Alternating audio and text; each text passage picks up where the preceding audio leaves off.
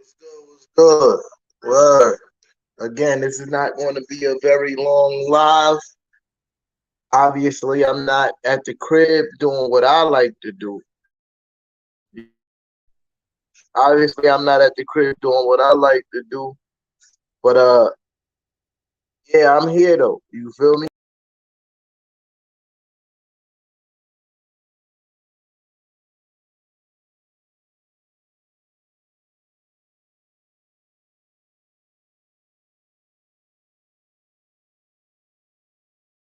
Yo, my fault, y'all. I'm here though. You feel me? If you in the comments, man, let me know you in the building. You feel me? Let me know you a good win tonight. You feel me against the Portland Trail Blazers. Yes, they're a young team, but I'll take a win anywhere I could get a win. And these are all facts. You heard? These are all facts. I'll take a win anyway we can get a win. Good game. Excuse me. Another good game from RJ Barrett. The Wayne was good on the Facebook check-in. I see you, Brody. I mean, if you're in the building, hit like for your boy. You already know the vibes. I'm not going to be here long. This is going to be another quick post-game wrap-up. You feel me? It's going to be another quick post-game wrap-up. But good win again tonight. Again tonight. Good win tonight. 30-point win. It was against a very young and Portland Trailblazer team. RJ Barrett had a good game. Quickly did okay. I think it was an overall good effort from the squad. Michael Brown on the Facebook check-in. I see you, Brody. Yeah, overall good effort, man. The major thing that stood out to me tonight was the ball movement. If you want to build a press like for your boy, major thing that stood out to me tonight was the ball movement and how easily the ball moved. Uh, on nights where Julius Randle doesn't feel like he has to do most of the heavy lifting, even though in the beginning of the game he was driving me crazy with all the 3-pointers he was taking, they were wide open. But still, I wasn't digging all the 3-pointers that were being shot early in the game from everybody, not just Jules, from everybody. But RJ Barrett, man, let's talk about it. Yeah, continue to show that he's the future of this franchise. I think he had 31 or 33 tonight. I can't remember. Showing that he's the absolute future of this franchise, putting the team on his back and getting a W. You heard? Uh, you know, it ain't much bad to say. It ain't much to critique about this game, man. It was a good game. Jericho Sims got a game getting major minutes tonight. Obi Toppin played well. Caught a few alleys. Like it's no major critique about tonight. The team played like a cohesive unit, and that's all you really want to see on a night-to-night basis. Kind of keep it definitely kept our very slim play-in chances hopes alive.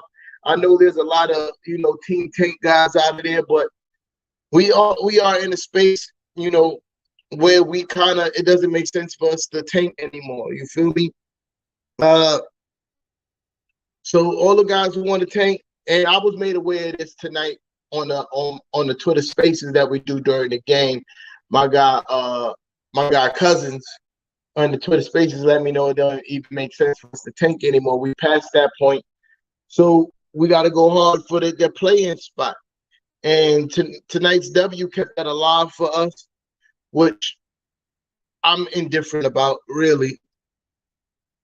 Yeah. Can I put these on? Ken, yeah. So yeah, I'm in, like, let me finish this and I'm gonna get to that comment. I'm indifferent about, us making the play-in or not. But I just want to win basketball games. That's where I'm at this point. But absolutely, bro. I think it's shifting. It's shifting. It hasn't shifted yet, but it's shifting. I think this is very much still Julius Randle's team. He just does too much for this team for it to just go to RJ Barrett. Like, Julius Randle's still the leading rebounding. He's still the leader in assists per game on his team. You feel me? So, RJ Barrett is playing well and he's scoring a lot. But it's too soon to just hand over the mantle to RJ Barrett just yet. It's shifting, though. It is definitely shifting. Absolutely all day in America, bro. Marlon on the Facebook check-in. Kev, Team Nixon is Facebook check-in. If you in the building, press like for your boy. I'm not going to be here long. I'm going to be very quick and decisive about what I'm doing because obviously I'm not home. So obviously I'm doing things, right? So boom. Like again, real quick, I just love the way the ball moved. In the beginning of the game, we shot way too many three-pointers. Then we started doing what we do well, attacking the basket. Then things started to change for us. We started to final Scorpions. I think it was 103 to like 70 something. I can't remember. I know it was almost a 30-point victory. You heard, Angel? Aguado. Yeah. It was almost a 30-point lead. 109. I think it was like 109 to like 79 or something like that. I can't remember. But yeah, we blew them out. But yeah, like I was saying, when we started doing what we do well and attack the basket, then you see the league grow, right? And that's just the thing with this team. We have guys who can shoot three-pointers, but we are better going to the basket, and we've known this all season. The only people that don't seem to know this is the coaching staff and the players. But they're starting to get it. You feel me? Like again, another phenomenal game from RJ Barrett. Julius Randle scored over 20 points, but I wasn't really impressed by the way he played today. Jericho Sims with another decent game, coming off the bench and getting major minutes. I think they're kind of preparing themselves for the possibility of losing Mitch Robinson in the offseason. That is a major possibility for us.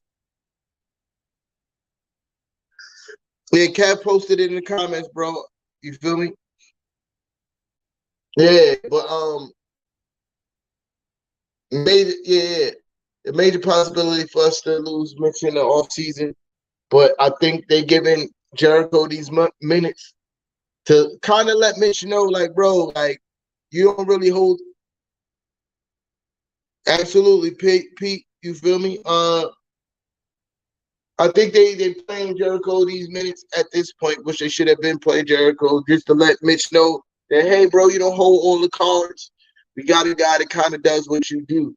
And Jericho was not disappointing. You feel me? He's not disappointing. I love to see him on the floor. I love his athleticism, his defensive ability. He always seemed to be in the right place. He's fundamentally sound. And he has better hands than Mitchell Robinson. You feel me? So it is just a great win for the whole team. Quick had a decent game. Burks had I can't really complain about anybody today because it was a good all-around game. One thing I want to touch on before I leave, because like I said, I'm not going to be here long, and I really mean that. The news broke that the Knicks are going to move forward with Coach Tommy T, which was greatly covered by my co-host Kev Rodriguez. If you haven't seen his YouTube video on it, the link is on the Knicks-ish page. He covered it, and he did a really good job speaking to it. And I'm just going to be brief about it. I knew it was going to happen. I knew Tibbs was coming back. Absolutely knew Tibbs was coming back, even though I'm a part of the Fire Tibbs train. The man won Coach of the Year last year. He's a part of the tandem, him and Julius Randle, that brought the Knicks to their first playoffs in almost a decade. At the very least, he deserves another shot to prove that this year wasn't who he is as a coach. And I really think our biggest issue, even though I am on the Coach Fire Tibbs train, is the lack of a point guard. I disagree with a lot of things that he does on the court and how he coaches in his rotations. But I also agree with a lot that he does on the court. You feel me? Like that, a lot that not that he does at the court. Like I agree with it. A lot of his coaching. You feel me? So buckle up, guys. If we don't get a point guard next year, be prepared for another season like the one we're having. But if we get a point guard next year, be prepared for a pretty good season. And that's where it lies with Coach Tommy T. We have a point guard that can facilitate, do a little bit of scoring, and defend. We're going to have a really good team. There's too many players on this team that have a tremendous upside for us not to. I see us trying to move Alec Burke and Evan in this offseason to try to get a point guard so we could play the likes of Cam Reddish and Quentin Grimes more.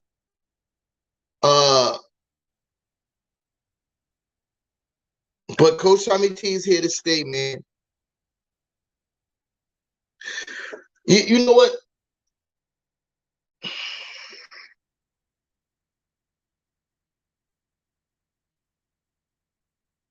All right, two things. I'm gonna start with Dwayne first because that's my guy. Michael, I'm gonna get to your comment about McBride, right? I'm not, it depends on the price tag, Dwayne. No talk. I'm not willing to pay Mitch more than 15.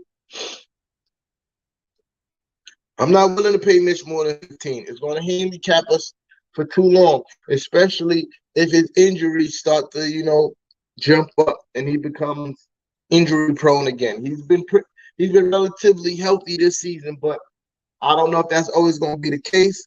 I won't pay him more than 15. And, I'm not a big rumors guy, but the rumors are saying that he's looking for more than 15. You heard? Like his management want him closer to 20, and I don't think that's going to happen. I wouldn't sign him for that much. You feel me? Re-sign him for that much. But 15, if we get him for 15, absolutely, I would love to keep Mitchell Robinson in a New York Knicks uniform all day in America. You feel me? So, Michael, as far as McBride, listen, man, defensively, I love what I see from McBride. Offensively, in the NBA, I'm not seeing what I would want to see. You heard? I'm not seeing what I want to see from McBride offensively. Granted, he's being played out of position.